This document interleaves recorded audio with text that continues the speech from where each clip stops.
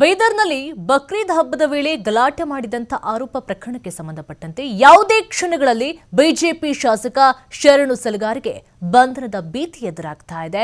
ನ್ಯಾಯಾಲಯದಿಂದ ವಾರಂಟ್ ಹಿನ್ನೆಲೆ ಪೊಲೀಸರಿಂದ ತಲಾಶ್ ಆಗಿದೆ. ಶಾಸಕರ ನಿವಾಸಕ್ಕೆ ಸಿಪಿಐ ಅಲಿಸಾಬ್ ಜೊತೆಗೆ ಪಿಎಸ್ಐ ಚಂದ್ರಶೇಖರ್ ಭೇಟಿಯನ್ನ ಕೊಟ್ಟಿದ್ದಾರೆ. ಮನೆಯಲ್ಲಿ ಶಾಸಕರು ಇಲ್ಲದ ಕಾರಣ ವಾಪಸ್ ಹೋಗಿದ್ದಾರೆ. ಪೊಲೀಸರು ಬಂದ್ ಹಂಗೆ ವಾಪಸ್ ಹೋಗಿದ್ದಾರೆ. ಬಸವ ಕಲ್ಯಾಣ ನಗರದ ಖೂಬಾ ಕಾಲೇಜ್ ರಸ್ತೆ ಬಳಿ ಇರುವಂತಹ ಶಾಸಕರ ನಿವಾಸ ಅದು.